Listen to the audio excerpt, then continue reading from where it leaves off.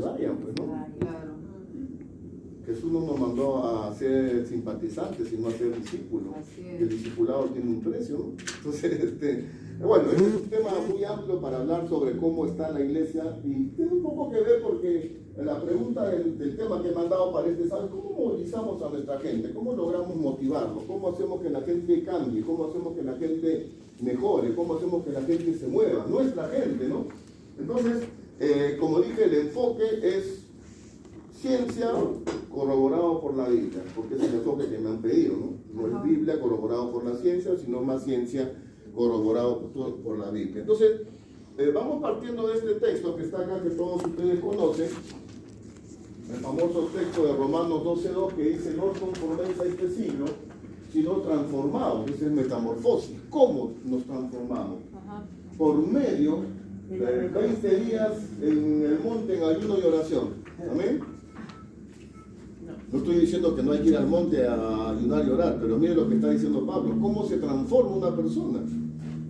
¿Cómo se transforma? Por medio de la renovación, de una regeneración, en la palabra griega es regeneración, de nuestro entendimiento, es la palabra nous, mente, para que comprobéis cuál sea la buena voluntad de Dios, agradable y perfecta. ¿Qué está diciendo Pablo acá?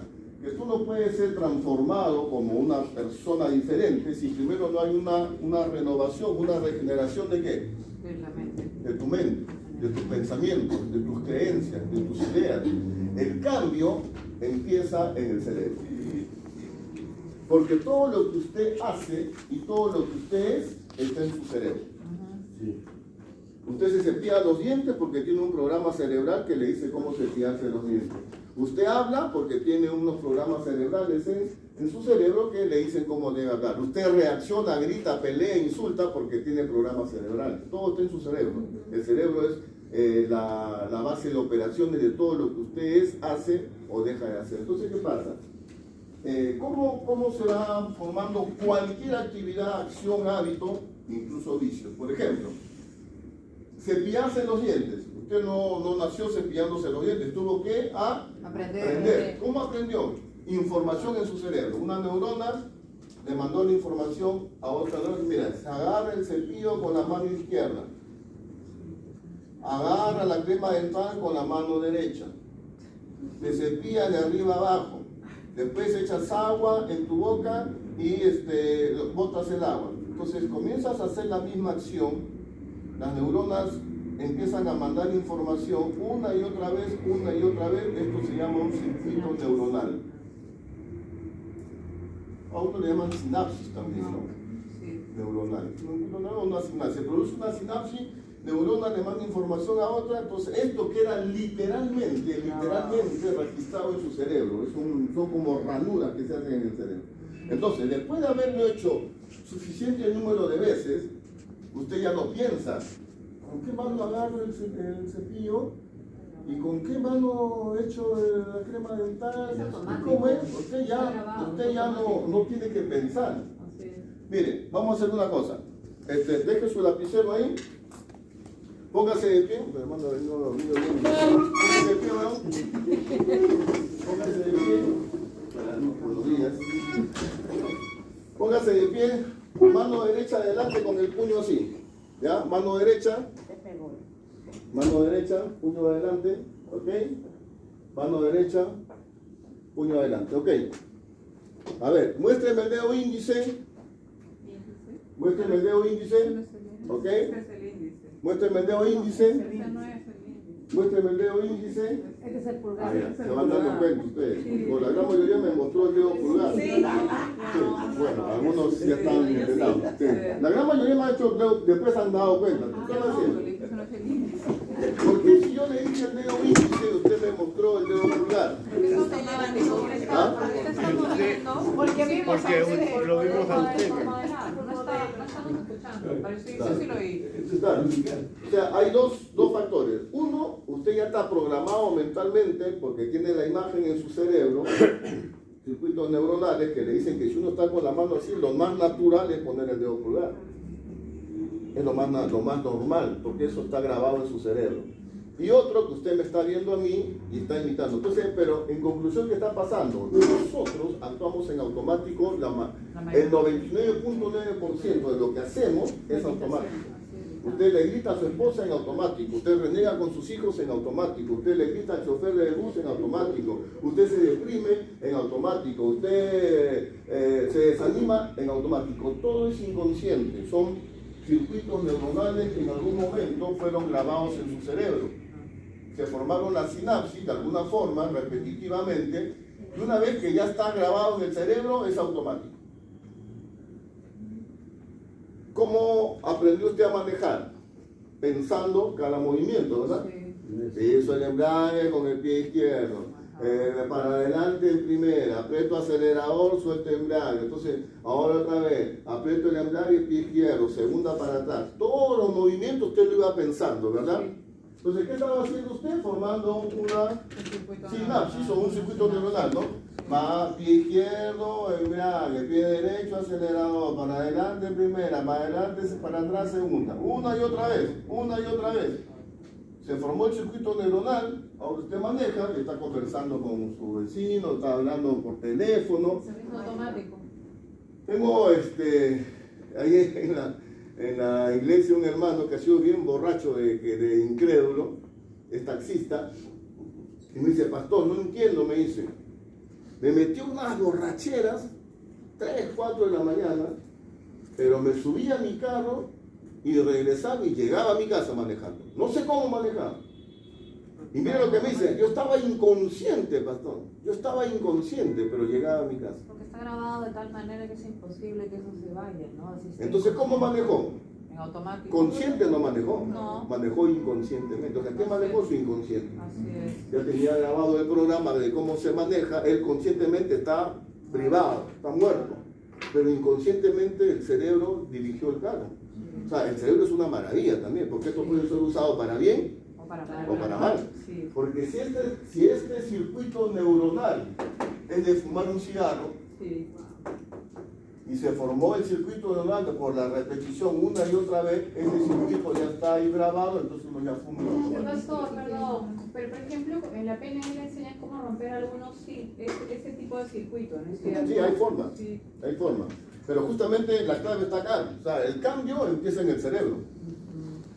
Si no cambio mis estructuras cerebrales, eso lo dice Pablo acá en Romanos 12, ¿cómo se transforma una persona? Regenerando el cerebro, los pensamientos. Claro, si nosotros nos vamos al pensamiento religioso, ¿qué me va a decir una persona si yo digo cómo dejo de fumar? Ora, ayuna. ¿Y es cierto o no? Es cierto. ¿Y tienes que pedir a Dios? Claro que sí. Claro que sí. Pero para que una persona deje un hábito, yo he fumado droga toda mi vida, desde los 13 años hasta los 25 años. Me he drogado, matiné, muy noche, 3, 4, 5 días, marihuana, pasta, cocaína, le he metido de todo. Toda mi juventud me he drogado. Me convertí el 31 de agosto de 1987, nunca más he vuelto a fumar ni cigarros siquiera. Amén, amén. Pero yo tenía un circuito neuronal que me impulsaba todos los días a drogarme.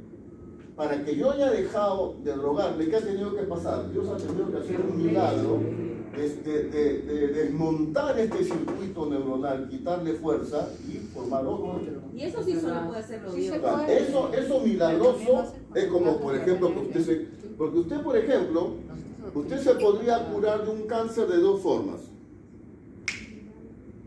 Milagrosamente, o sea, instantáneamente, no sé, acá estaba el páncreas, estaba muerto y ahora está bien. Sí. O también se podría curar a través de un tratamiento. También. Así es.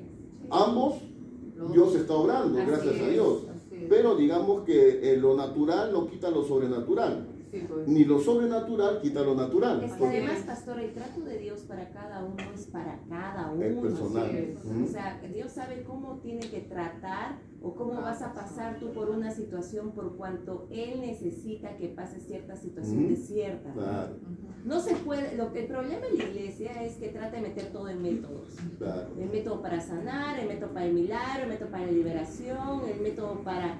Nada es método con el corazón de Dios. Si uno ve los milagros Trato de Jesús, personal, diferente. Jesús sanó a ciegos de 5 o 6 maneras diferentes, justamente para enseñar a la iglesia, hey, no es No que todo el es sanador igual, pone la claro. mano así, Así da la es. vuelta así o corre alrededor. Como fórmulas mágicas. Pues. Exacto. Es que ¿sabe lo que pasa? Nosotros confundimos el poder de Dios con magia. Así Sí, es, y no es igual. lamentablemente. No es magia. Ahora, usted se va a dar cuenta, mire, cuando yo empecé a estudiar mucho de esto de neurociencias y PNL, entonces empecé a comprender muchas cosas, porque nada en la Biblia es casualidad. ¿Usted está de acuerdo con eso? Sí. ¿O piensa que algo Dios lo puso porque no tenía que poner y lo puso? No, o sea, por algo lo puso. Claro. Por algo está así en la Biblia. Entonces, si usted se da cuenta, Dios no es como la lámpara de Aladino que hace así. Él obra en base a procesos, en base a herramientas. A uno le puso barro en el ojo, al otro le escupió. ¿Por qué Israel tuvo que dar 7 vueltas en Jericó y después gritar? ¿No podían caer los muros de una vez? ¿Por qué?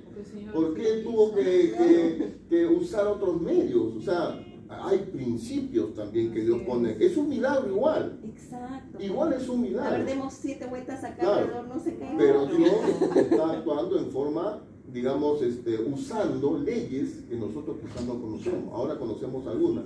Entonces, por ejemplo, vamos a ver un caso acá en nuestro curso. Buenos días. Vamos a ver un caso que es un típico caso donde Jesús aplica métodos y medios. Por ejemplo, Pedro había fracasado terriblemente, ¿verdad? Estaba deprimido, había negado a su Señor, su vida no valía nada, estaba a punto del suicidio el hombre. Jesús quería restaurarlo, y no solo restaurarlo, sino hacerle un llamado al ministerio. ¿Amén? En nuestro pensamiento religioso, si usted hubiera sido Jesús, ¿qué hubiera hecho? Habían pedido, ven para acá. Recibe ahora en el nombre de Jesús, se va toda tu depresión, y recibe, y le ministro, y le soplo, ya. ¿Podría haberlo hecho? Sí, pues, porque Él es Dios. Pero lo encontró en la barca, le hizo pescar, lo bajó de la barca, lo llevó a una fogata, le mostró panes, le mostró peces, le hizo 3 veces el llamado. ¿Por qué cada uno de esa secuencia? ¿Por qué lo hizo así nada más? Ese así es magia. Exacto. Lo que hizo Jesús son procesos que tienen que ver con aplicación de ciertos principios, ciertas leyes, aún cerebrales también. Y el que esperó por la magia se suicidó, que era Judas, Claro. ¿no? Porque yo creo que esperaba. Puede ser. Entonces, mire, lo sobrenatural no anula lo natural. Así es. Pues. La iglesia cree que todo es sobrenatural y no es así. Miren, cuando Jesús resucita a la hijita de Jairo, Sí. ¿no? Sí fue eso. Exacto. Esa resurrección fue sobrenatural, ¿sí o no? Sí. Totalmente. Ahora, si usted hubiera estado conmigo ahí y vemos la niñita, gloria a Dios, grito de júbilo, la resucitó. Y desde ahí, y si alguien decía, oye, pero ya eso es lo sobrenatural. O de lo natural, ¿qué hay que hacer? Hay que darle de comer. Hay que Debe darle comer, comer. sí, pues. Entonces nosotros no, ¿qué comer? Si mira el milagro, ¿qué olvídate de comer? Acá estamos en un Dios sobrenatural. Vamos, no, Jesús dijo, no, ya paren la celebración, denle de comer. Ya hablen lo sobrenatural. Sí. Ahora obren en lo natural, denle de comer. Entonces, ven cómo Jesús equilibra las cosas. Los que nos desequilibramos sobre nosotros, somos nosotros que pretendemos que todo Dios lo haga en lo sobrenatural. Entonces, cuando uno habla de esto, de herramientas, cuando uno habla de cómo yo puedo usar las características que Dios le ha puesto a nuestro cerebro para conseguir cambios, para movilizar a la gente, no se dice, esto es el mundo, esto es el diablo, pero las cosas que tiene nuestro cuerpo, no solo el cerebro, todo nuestro cuerpo, las puso Dios, pues. ¿No es cierto? Entonces, lo natural no quita lo sobrenatural, ni lo sobrenatural quita lo natural. Entonces, una persona, para que pueda tener un cambio, una transformación, tiene que ser renovado en su cerebro, Así es. en sus pensamientos. Tiene que restaurar sus circuitos neuronales. Todos tenemos programaciones en el cerebro, fuimos programados desde el vientre de la madre. Todos tenemos programas cerebrales, mentales, para fracasar, para perder, para deprimirnos, para pelear, para ser irascible, para ser renegón, para ser amargado, para ser pesimista. Todo eso son programaciones, fuimos programados de alguna forma. Entonces, lo que usted vive ahora es lo que dice el proverbio, pues, ¿no? Conforme el hombre piensa dentro de sí, Así es. usted es lo que es por lo que piensa, o sea, por las ideas que tiene grabadas. ¿Y dónde están grabadas sus ideas? En su cerebro. Por eso usted es así como es. Entonces, si usted quiere cambiar, ¿cuántos quieren cambiar? ¿Quieren cambiar o no? Sí. Para mejorar, ¿no? Para mejor. Si usted quiere cambiar y ser una mejor persona, tiene que cambiar sus circuitos neuronales. Eso Dios lo puede hacer así, pero también normalmente va a entrar en un proceso. Porque acá, transformados está en tiempo aoristo en el griego. ¿Qué cosa es el tiempo aoristo? Es presente, es ¿Ah? el tiempo. Es un presente continuo, pero tiene una constante. característica. Lo que pasa es que nosotros en el español tenemos pasado, presente y futuro para conjugar un verbo. En el griego hay un tiempo adicional que es el aoristo. Es un tiempo muy interesante, ¿por qué? Porque implica un punto de partida. En algún momento se inicia. Claro. Y a partir de ese momento se mantiene como una constante.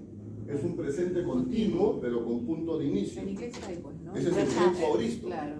Entonces, ese transformado tiene que tener un punto de partida. No es una cosa que pasa en un día nada más, es un proceso largo, pero que tiene que empezar en algún momento. Entonces, yo he sido toda mi vida drogadicto y he sido una persona depresivo por herencia, porque mi papá fue depresivo medicado, yo era depresivo, por eso me encerraba una semana completa en un hotel drogándome porque me entraba la depresión y simplemente me daba por drogarme. Entonces mi autoestima por los suelos, pues yo no acabé la universidad, entré a la universidad, pero no acabé, así que tenía 25 años, no tenía profesión, no tenía trabajo, no tenía plata, me botaron de la casa, vivía arrimado en un altillo de una persona, o sea, mi autoestima por los suelos. Yo siendo creyente, sufría con el tema de la autoestima, me sentí un perdedor, un fracasado. Tuve que empezar un proceso de restauración donde Dios me fue enseñando, me tomó, calculo, unos 5 o 6 años pues, levantar la cabeza de nuevo. Conseguí mi primer trabajo, estar a los 30 años, casado y con una hija. Era conserje de una empresa de corriente. Era el que hacía los mandados, era el que limpiaba la oficina, el que limpiaba los escritorios, el que barría, el que compraba las cosas. 30 años, conserje. Terminé siendo gerente de esa empresa, gracias a Dios. Pero Dios tuvo que tratar conmigo, tuvo que desmoronar todas esas ideas que yo tenía, que no servía, que no valía, que era un perdedor, que era un fracasado. Tuvo que desmontar esos circuitos neuronales y crear otros, donde yo empezaba a creer que era una persona capaz, que podía hacer cosas grandes con mi vida. Tuve que construir otros circuitos neuronales en mi cerebro, diferentes, y estos desmontarlos. Una pregunta, profesor. ¿Usted cambió un tratamiento médico? No, pura Biblia y meterme con Dios. Esta fue mi experiencia. Claro. Ese es, como dice la hermana, muy personal, ¿no? Claro, Dios es soberano. Cada persona te lo levanta como el Claro, que. eso de la cosa. Muchas veces, en un instante, en un momento, totalmente cambia toda la Todo. Así se Ajá. convierte, así como Es Pablo, cierto. ¿no? Así como cuando Pedro ingresó a Hermos, que estaba sentado pidiendo limosna, ¿no? Entonces se paró y comenzó a caminar atrás. Así como el ciego que estaba, el paralítico que estaba en el pueblo de Tresman, ¿no? Por ejemplo dice, ¿qué es ¿Quieres ser sano? Sí, no hay que me meta, levántate. Entonces, anda, surgió esa enfermedad y se comenzó a caminar. Y un día sábado. Como dice la hermana, todo es personal, porque hay mucha gente que ha consumido drogas que necesita estar en un centro de rehabilitación. Yo no fui al centro de rehabilitación. Profesor, aquí tengo una última pregunta. Había una hermana que estaba ya, en ser médica, ya, sus hijos, como dice médico, tienen poco día de vida y a la casa se mueren. Hasta bien compró su ataúd. ¿No? Entonces, por casualidad, su hijita dice, ve que pasa el pastor, un amigo. Ya, pastor, por favor, una oración por mi madrecita. El pastor sienta al lado de la enferma. Dice, hermana, usted quisiera que siempre sane y que se muera. Yo no quiero morir. Yo quiero que se. ¿Por qué? No quiero seguir alabando a mi Señor. Jesús ha escuchado. Dice que quiere seguir viviendo para que te alabe. Respecto a lo que dijo. No la mano nada. Oró por él, se fue. Y pocos días pasa por un lugar, por una calle. Había una señora que estaba danzando al compás de la música, alabanzas. Pastor, pero ¿sabes quién es esta mujer? No, la mujer que estaba por un. Claro. Claro, Dios es soberano. Dios tiene mucha... O sea, lo que nosotros no podemos hacer es, como decía acá el hermano, es encajonar a Dios y decir, así tiene que ser. No. Dios sabrá cómo hacer, pues, ¿no? Dios sabrá. Mire, yo he visto gente de cáncer sana. He visto gente con cáncer morir. Claro. Con la misma oración. Y el mismo pastor, el mismo yo, mi misma fe, el mismo yo, la misma fe, igualitos se murieron. Y otros se sanaron. He visto gente desahuciada levantarse de la cama y he visto gente desahuciada que se murió igual. Exacto. Porque yo no soy quien para decir por qué sí, por qué no. Por eso es que también acá viene otro tema, ¿no? Que ahí están los extremos dentro de la iglesia, ¿no? El extremo de la superfe. Tú declárale que está sano, ¿no? ¿Yo cómo le voy a declarar? Si Dios me dice que le declare, le declaro que está sano. Si no me dice, no le digo nada, oro nada más. Claro. No, pastor, declare, pues no, esos son extremos. Entonces, si Dios me dice, una vez me llevaron a orar por una chiquita que estaba con leucemia, me llevan alumnos del seminario, enseñaban en ese época en el seminario de Camino de Vida, me llevaron ahí, la niña estaba con leucemia. Y yo fui y oré por la niña, Señor, te entrego esta criatura, tú sabes, ¿no? Te tengo misericordia. Pero pastor, declárale sanidad. No, yo no me voy a declarar sanidad. Si Dios me dice que le declare sanidad, se la declaro. Así es. Si Dios no me dice, no oro nada más, porque puede ser que sí, puede ser que no, eso es una soberanía de Dios. Cuando Dios me ha dicho, declárale, le declaro, pues, y se sana. Y ¿sabe qué? ¿Cuál es lo contraproducente de eso? Que uno va, digamos, ora y la familia, es que el pastor ha venido, se va a sanar. No se sana y no solo, o sea, la niña se muere y pierdes a toda la familia. ¿Por qué? Por llevar mensajes que Dios nunca ha dicho que llevemos así. Esos son los extremos, pues. Mire, mi mamá sufría de diabetes, entonces tenía una serie de dietas y una serie de pastillas. Vino un hermano a visitarnos a la casa y dice, hermana, ¿qué estás acá? Estoy mal, que estoy con la diabetes, tengo que tomar mis pastillas, no puedo comer. ¿Qué cosa en el nombre de Jesús? Por su llaga hemos sido sanados. Venga, a ver, hermana, coma esto, coma el otro, bote las pastillas, la botó a la basura en las pastillas, le hizo comer, terminó en el hospital mi mamá. Pero claro, ¿no? Terminó en el hospital, esos son extremos. Eso debería ser eso en no, juicio, eso ya no es fe, enjuiciado. eso ya es insensatez. Claro. Exacto. Se parece, pero no es lo mismo. Hay fe, presunción e insensatez. Se parecen, pero no son iguales, ¿no? Hay que tener prudencia y sobre todo dirección de Dios. Así es, del Espíritu Mucha dirección Santo. de Dios. Y dejarnos llevar por el Señor. Si el Señor me dice algo, lo hago. Si no me dice, me aguanto, ¿no? Pero a veces la gente se va a los extremos. Entonces, no podemos nosotros pretender cambios si no empezamos a moldear nuestro cerebro. Acá tenemos el famoso iceberg, ¿no? Donde lo que se ve es un 15-20% y lo más grande está acá. Sí, pero no se ve. ¿Cómo? No todas las van a estar acá porque acá paso algunas cosas y la diapositiva tiene, digamos, la carnecita del curso, ¿no? No está todo tampoco. ¿Quieren esto? Vamos a apuntar. No, sí está. Apunte, pues, ¿no? La primera ¿Está? hoja. Ahí está, dice, está. La primera hoja, hermano. Ya, eso está, ok. El consciente, el subconsciente. Entonces, ¿qué pasa? Lo más chiquito es lo consciente. Que es el 10%. Claro, que es mínimo. Pero todo lo que usted es, lo que usted hace, cómo reacciona, es subconsciente. Ahora ya los psicólogos ya no quieren usar el término subconsciente, porque acá están usando el término preconsciente. ¿Ya? Así que, es lo mismo, sino que la palabra sub hace pensar como que es inferior. Entonces por eso prefieren usarlo en el preconsciente. En esencia es lo mismo, el mismo concepto, pero el término ahora usado en psicología es preconsciente. Y el inconsciente, que es el más grandazo de todo. Sí, es el que nadie sabe. Que ni usted mismo sabe. ¿Ya? Usted no sabe por qué es así. Y de repente fue rechazado cuando estaba en el vientre de la madre. Claro. Y por eso usted es inseguro. Y no sabe porque eso está inconsciente. Claro. Acá en el mejor psicólogo, el mejor coach del mundo no entra.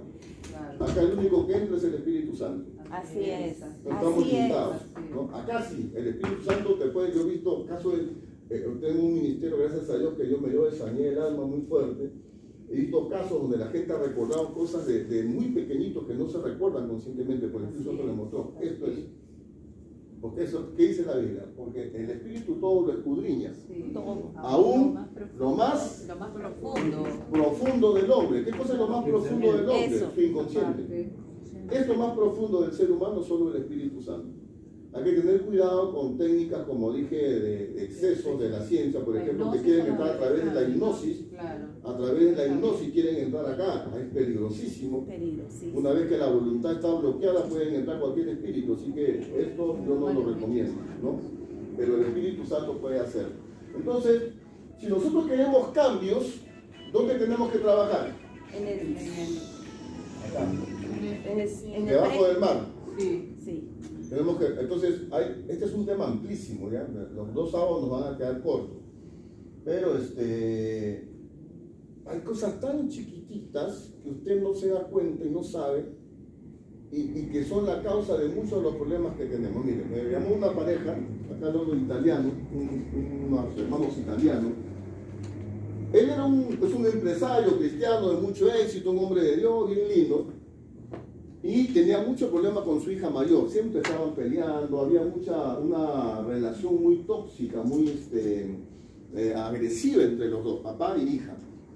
Y se habían peleado tanto que se habían ido a las manos, ya. O sea, ya a la hija ya le había puesto la mano, o sea, se habían trompeado, mejor dicho, papá e hija.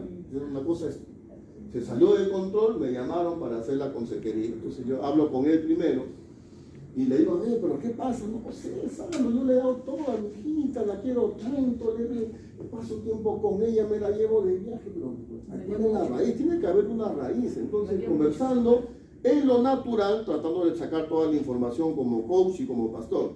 Eso es en lo natural. Pero lo natural tiene límite. Así es. Entonces estoy conversando con él, entonces ya viene el Espíritu Santo. Entonces el Espíritu Santo me dice, pregúntale por su abuelo. Yo digo que pinta el abuelo acá, pero bueno, si el Espíritu Santo me dice, oye, cuéntame de tu abuelo. ¿Quién fue tu abuelo?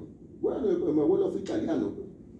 Él vino de Italia, de la Segunda Guerra Mundial, se estableció en el Perú. ¿Y tú lo conociste? Sí, claro, mi abuelo, no sé cuándo hombre, mi abuelito, sí me acuerdo, yo lo conocí. ¿Cómo era él? Era así, italiano típico, llanero, machista. Ya.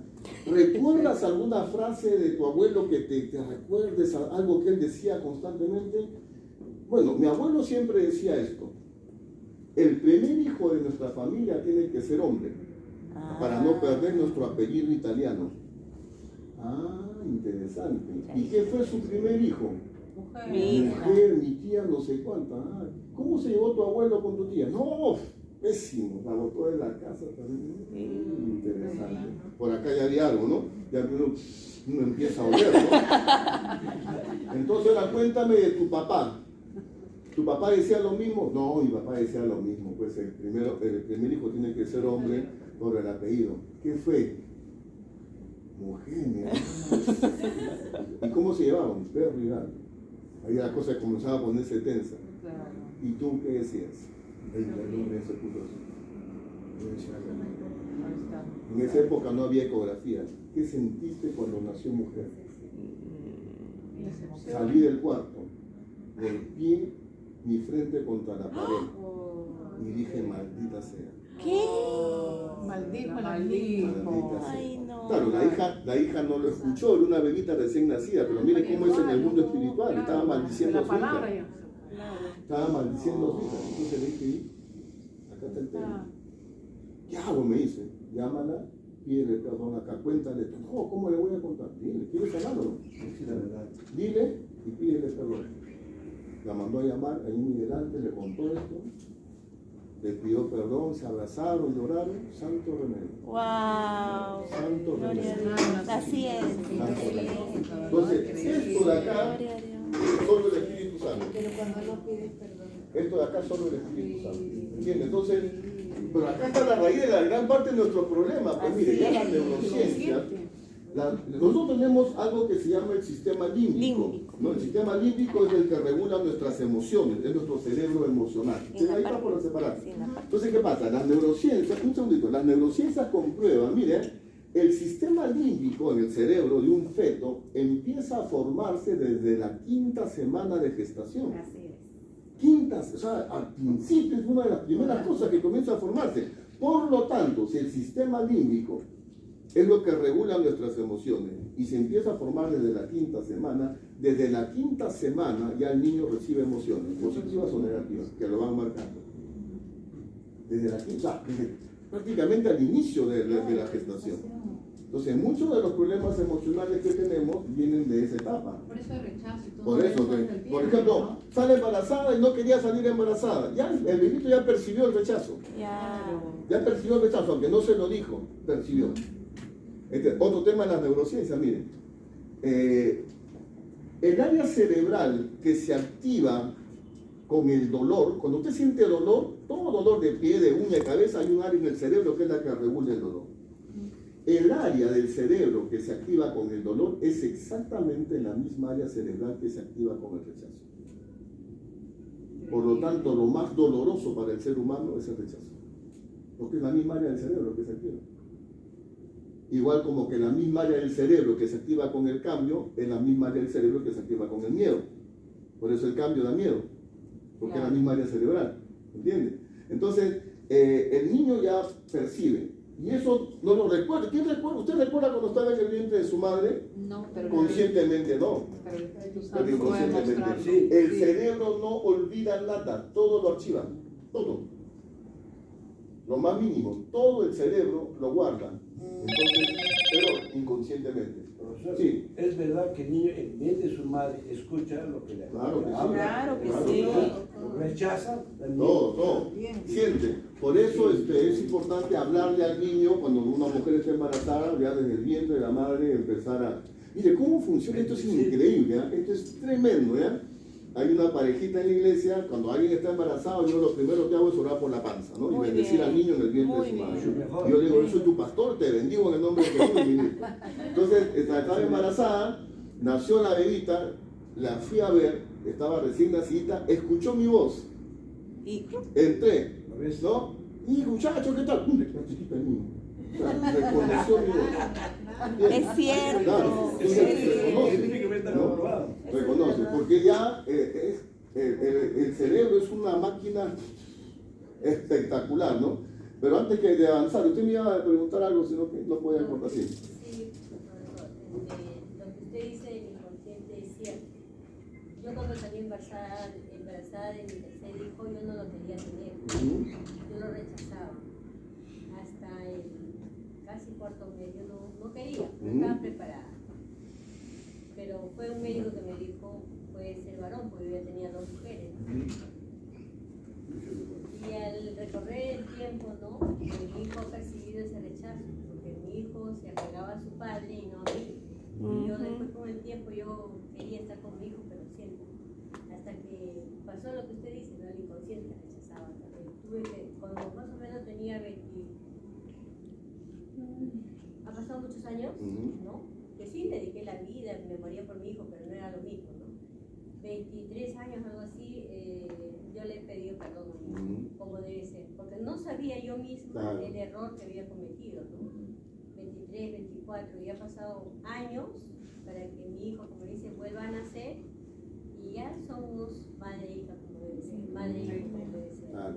Entonces, por eso que tenemos que entender cómo funcionamos nosotros, ¿no? Usted realmente, por eso usted a veces hace cosas que dice, ¿por qué hice esto, no? Sí. O ¿por qué dije? Usted no quiso conscientemente decirlo, pero actuó inconscientemente, pues. Según los programas mentales que usted tiene, que se han ido formando durante años.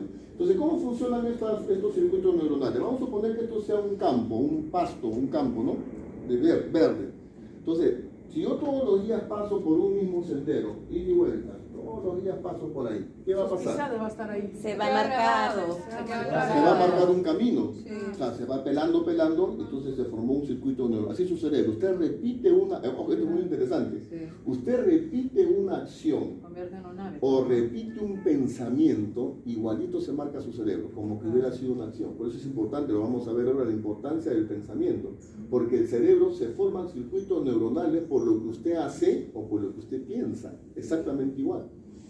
Pues un pensamiento, una y otra vez, hace un circuito, hace un sendero. ¿Qué es lo que tiene que hacer usted? Si usted no quiere ese camino, ¿qué tiene que hacer? Cambiar de pensamiento. Dejar de pasar por ahí y armar otro. ¿Ok? Entonces dejo de repetir la acción o el pensamiento y eso comienza otra vez a ponerse verde. Y empiezo a construir, a voluntad, construyo otro camino. Entonces, un hábito se desarma, se desmonta, dejándolo de hacer o pensar y reemplazándolo por otro. Ajá. Eso es lo que dice Isaías. Isaías dice, dejar de hacer lo malo y aprender a hacer lo bueno. Eso es neurociencia. Deja de hacer eso o pensar eso que está siendo tóxico para tu vida y haz algo bueno y reemplázalo. Entonces se debilita el circuito neuronal negativo y construye otro positivo, a voluntad. Mira, está entre Génesis y Apocalipsis. Léete toda la vida por esta Profe, dejar de hacer lo malo y aprender a hacer lo bueno. Y también en Filipenses, por ahí dice, en todo lo bueno, en todo lo Pensar puro, en todo lo bueno. en eso Claro. pensar voluntariamente. como vamos a ver ahora en las características del cerebro, el cerebro no distingue la realidad del pensamiento. Exacto. O sea, se mueven los mismos circuitos tanto si usted está haciendo algo como si usted está pensando. Por eso vamos a ver en su momento. Profe, por eso hay ahora la realidad en 3D que te ponen esos lentes. Claro. Tú no Es verdad. estás ahí, pero tú Se sientes mueven las mismas todo, hormonas. te duele sí, hasta como si estuviera. Ajá. Ese es un tema del cerebro que se está usando en educación también ahora. 1.16. ¿Ah? Es Isaías 1.16, ¿no? Dejar de hacer lo malo y aprender a hacer lo bueno. Es desmontar un circuito neuronal negativo y hacer otro positivo. Vamos a ver algunas características del cerebro, ¿ya? El cerebro inconsciente no razona, simplemente guarda la información tal cual. Por eso, el cuidado que debemos tener en la información que le metemos a nuestro cerebro y la información que le metemos a otros en su cerebro. Claro. Empezando por nuestros hijos. Cuando usted dice, profesor, que no razona, o sea, a mí me pasa algo y ¿quién lo interpreta? Guardo qué interpretación, la que he sentido, la que he vivido. Ahorita le explico eso que no está en ese canal. ¿Qué sucede? ¿Qué quiero decir cuando digo el cerebro inconsciente no razona, sino que guarda la información literalmente? Su hijito comete un error, ¿ok? Recuerden, mire, el cerebro, y sobre todo la parte más razonal, que es el lóbulo prefrontal, que es la que está acá adelante, la más chiquita, pues la que razona, la que planifica y la que toma decisiones, acá, se termina de formar más o menos a los 24 o 25 años. Sí, pues después de la adolescencia. O sea, realmente la adolescencia no termina a los 16, sino termina a los 25. Hasta esa edad, las decisiones son irracionales, son más emocionales, ¿no? Entonces, ¿qué pasa? Usted le dice a un niñito de 8 añitos, mira, oye, Pedrito, mira, todo lo haces mal. Todo rompes. Miren la frase, ¿eh? Todo rompes. Entonces su mente razona y dice, a ver, one moment please, a ver, ¿cómo que todo rompo? Ayer no he roto esto, no he roto esto, no he roto. Algunas cosas he roto, pero otras cosas no he roto, no es que todo lo rompa. Claro. ¿El cerebro razona así? No. No. Le dijeron todo lo rompe, Y todo. se lo comió. Ya está condenado. Claro. Eres un inútil, ¿no? Un ratito, ¿cómo que inútil? Yo sé hacer muy bien esto, no razona. No. Archiva la información literalmente. Pues ese es un problema del cerebro. Ahora, solo los niños no, usted también. Sí, igual. Claro. ¿Cuántas mujeres de 25 o 30 años el esposo se va con otra? Sí, porque tú eres fea. Ella no, vamos a decir, soy fea, no, yo también tengo no. Se come la información. O sea, no solo los niños se comen la información, los adultos también. ¿Entienden? Entonces, por eso que tenemos que tener cuidado qué información nosotros aceptamos en nuestra vida. Cuando yo acepto una información, ya me la comí. Por ejemplo, si yo le doy este plumón, ¿cómo se llama esta hermana? Verónica, le digo, hermana Verónica, le doy este plumón. Ella me dice, no, pastor, no quiero. ¿Ok? No lo recibe. ¿Con quién se queda el plumón? Con usted. Conmigo. Ella no lo recibió, no lo tiene. Si yo le digo a una persona, eres una idiota, si ella no acepta esa información, se queda con el que la dijo, no se queda con ella. Pero si ella se la acepta, ya se la comió. Y el profesor, soy un idiota, de repente de verdad, pero tienes razón, o sea, que soy un idiota. Ya fuiste, ya. Almacenaste una información en tu cerebro que se va a convertir después en un esquema de pensamiento. No, si escucha la canción, señor idiota. ¿Ah? Hay una salsa así, ¿no? No, mire, y si la gente comienza a cantar una y otra vez, Eso es cierto. eso es otra característica. El cerebro no tiene sentido del humor, no dice, ¡ay, qué gracioso! No, se lo comió también. Se lo comió también. ¿Entiendes? Entonces, todo lo que ves por eso la televisión basura. O sea, ves basura, estás dejando que entre información a tu cerebro. No pasa nada, dices tú. Pero esa información está siendo almacenada en tu cerebro y están construyéndose circuitos de pensamiento en tu cerebro. Y te dije, pero ¿por qué soy así? Claro, porque has metido tanta basura a tu cerebro que comienza a salir la basura que metiste. Entonces, por eso es que tenemos que administrar nuestro cerebro, lo que decía la hermana. Y dice Pablo, todo lo honesto, todo lo bueno, en eso piensa. O sea, pon tus pensamientos en cosas que sean edificantes, que te hagan mejor, no que te hagan peor. Entonces es un tema de administrar nuestro cerebro. Esto tiene que ver con lo siguiente, justo lo que estábamos hablando. El cerebro inconsciente no tiene sentido del humor. Usted puede decirlo como broma. Por ejemplo, mire, hay personas que se le cayó algo, ¿no? Entonces en broma está con los compañeros de trabajo, y yo soy una burra, oye, jajaja, qué tarada que soy, jajaja. Jajaja. El cerebro no tiene sentido del humor, ya soy tarada, eso es lo que soy, una tarada, soy un burro. Yo lo dije bromeando, pero me estoy comiendo una información. Ahora, la voz más poderosa para tu cerebro es tu propia voz. La voz que tiene más poder sobre tu cerebro es tu propia voz. Porque eres tú mismo, pues tu principal fuente de autoridad es tú mismo primero. Después vienen otros, pero tú eres la voz más potente que hay para tu cerebro, eres tu voz, tienes que tener cuidado que hablas. La boca tiene poder. Y justo mañana en la iglesia voy a predicar sobre el poder de los diálogos internos, estar estudiando esto, cómo nosotros nos hablamos. Porque mire, usted con la esposa, con el esposo, ¿cuántas horas pasa al día?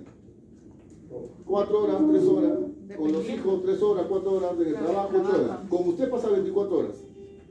Usted pasa 24 horas con usted mismo, todos los días. Solita. Así que con la primera persona que usted hable es con usted mismo. Son diálogos internos, que pueden ser tóxicos o pueden ser potenciadores. Tiene que tener cuidado cómo se habla usted mismo.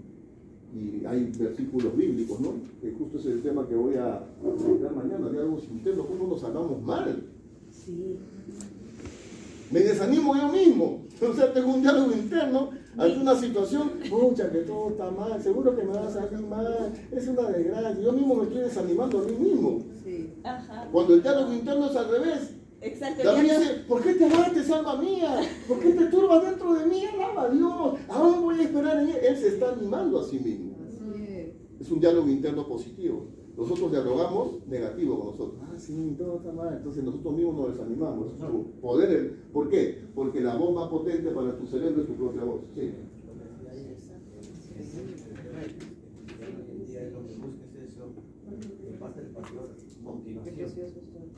Pero para la vida que a mí mismo, él buscaba su motivo busca, si no le motiva, claro, y se vuelven adictos a un motivador, ¿no? Al pastor o lo que sea. Entonces, por eso, como el cerebro no tiene sentido del humor, tenga cuidado con las bromas que se hacen. Por ejemplo, ustedes, estudiantes acá, estudiaron toda la noche para el examen. Ya, mamá, me voy al examen. Hijita, que todavía, ay, sí, seguro que me olvido de todo. Me olvido de broma. Hay muchas posibilidades que se olvide de todo, de verdad. con su propio. Claro, porque la vida y la muerte están en el poder de la lengua. Pues. Y eso es literal. Entonces, no se autoinsulte, no se desanime, no se desvalorice usted mismo, háblese bien, anímese, motívese usted mismo, háblese bien. Entonces, otro de los textos que voy a usar es el texto de la mañana en el mensaje de los diálogos internos, que tiene que ver con esto, ¿no? Porque es la mujer el flujo de sangre. Había una multitud y ella no podía acercarse porque estaba inmunda según la ley. Pero dice el texto así, pero ella pensaba dentro de sí, o sea, se hablaba a sí misma.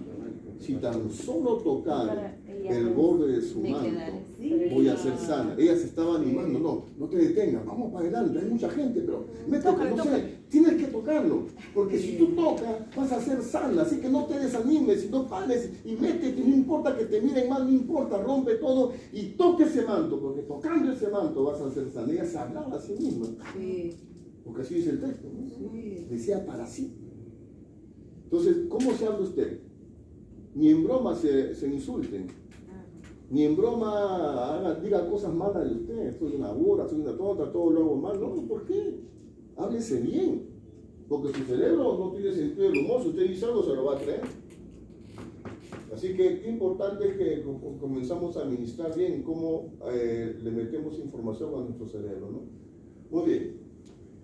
Vamos con más detalles de nuestro cerebro, lo que